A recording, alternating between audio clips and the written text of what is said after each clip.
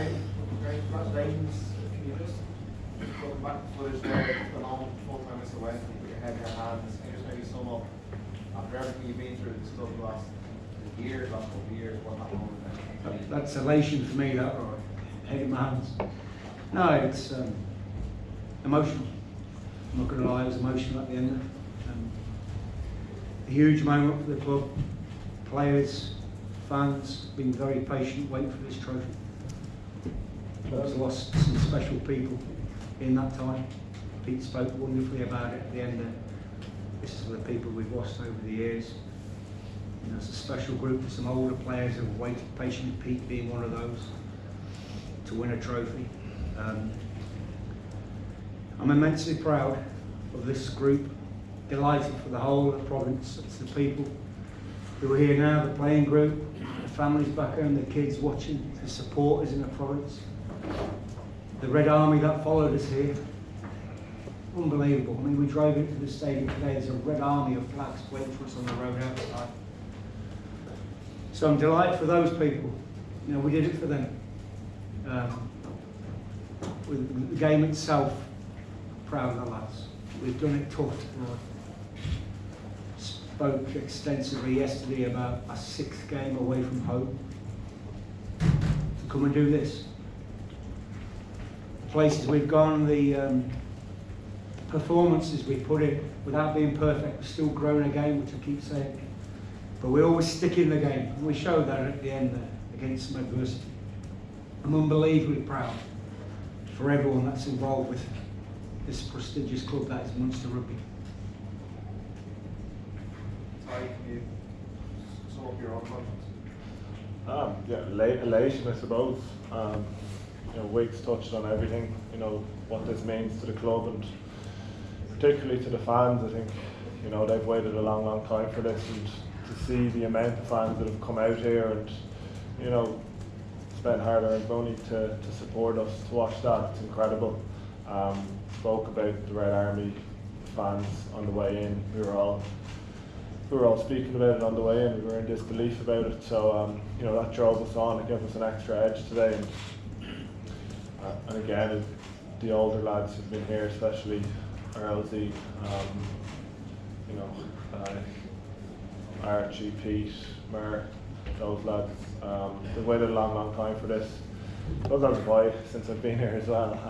But it's incredible for the club. It's incredible for the whole squad. You know, not just the lads who are out there today, the boys that didn't get selected today, have put in incredible shifts. You know, I've only been back for the last 3 games. There's been lads who came over here to South Africa that got us into the position that we were in and gave us the fortunate enough chance to go into a quarterfinals. And even the boys back home have prepared us unbelievably well for all these fixtures. So you know, it's unbelievable. I don't think Wick said in the change room, it's not going to hit us yet, but it will. And when it does, it's going to be an incredible feeling, even better than probably I'm feeling right now. To come back again like you did in Dublin and win it, you know, on your own turf, come back and win it, and also for out the rookie and so much into your 22 and then splitting that ball, like you know, that's massive mindset stuff that you have to go through there. Yeah, it was incredible. You know, I think we had a scrum on the halfway, and I remember I turned to the forwards and I was like, we will get one chance. We'll get one chance. Just stay in it. You know, Gav got an unbelievable block down, and we got it. And credit to everyone. Everyone stuck to the game plan. Everyone worked incredibly hard, and you know, for John to get over was massive. Now we did ask the boys to leave the rucks for the last 10 minutes. Don't think the backs listened too carefully to me in the end. But you know, it's an incredible fight to stop a team like Stormers around one of their strongest you know, assets in terms of a maul, and to keep them out there at the end was an unbelievable fight by everyone. Graham, would you say you had the Stormers workout today? They just, you know, they've been playing some wonderful attacking rugby this season, but maybe they just couldn't get going. You were in their faces all the time.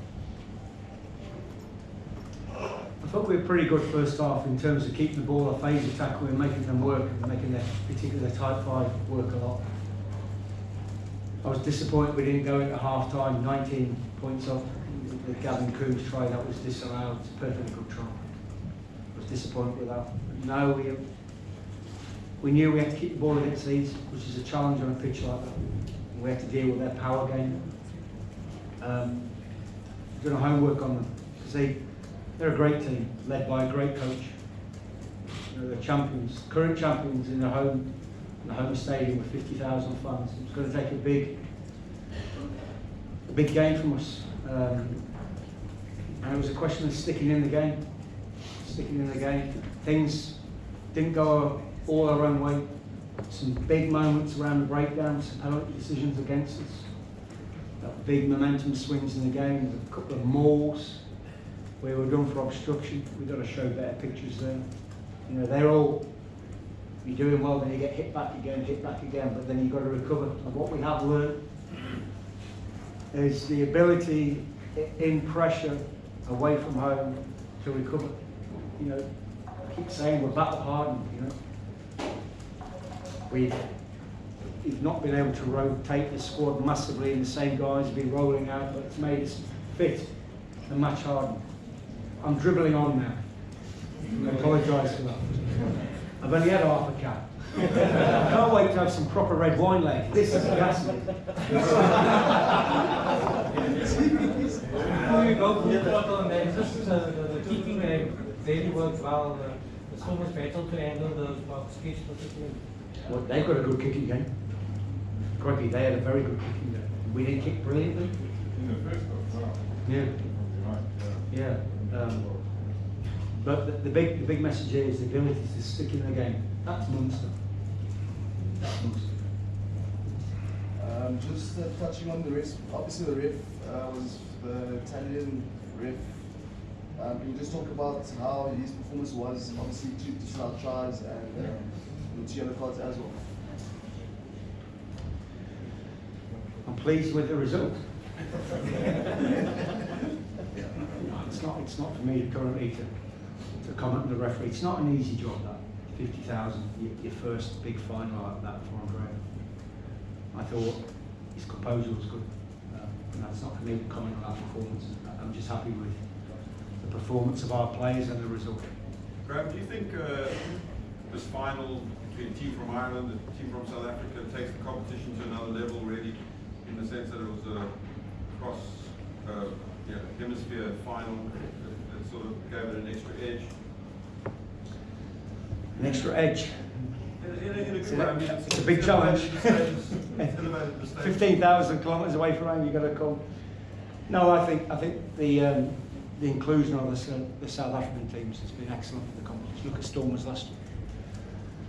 It's a challenge. You know, you come down here, everyone's going to come down here for a couple of games.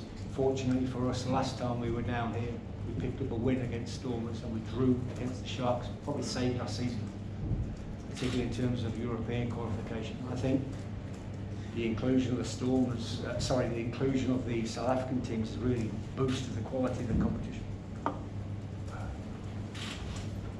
Everyone's asleep.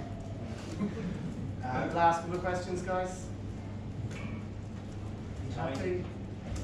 What does it mean to Graham's talks about the away trips, but to win 3 knockout games away from home shows remarkable resilience, doesn't it? Where does that come from? Comes from the coaching staff, to be honest, from the get-go. I think from day one that they've come in, they've set a plan in place, and you know, even when the start of the season wasn't going our way, you know, we accept from the start we have to believe in what we're doing, we have to believe in that we're going to get better, that we got to stick to the plan, and you know, everyone bought into that.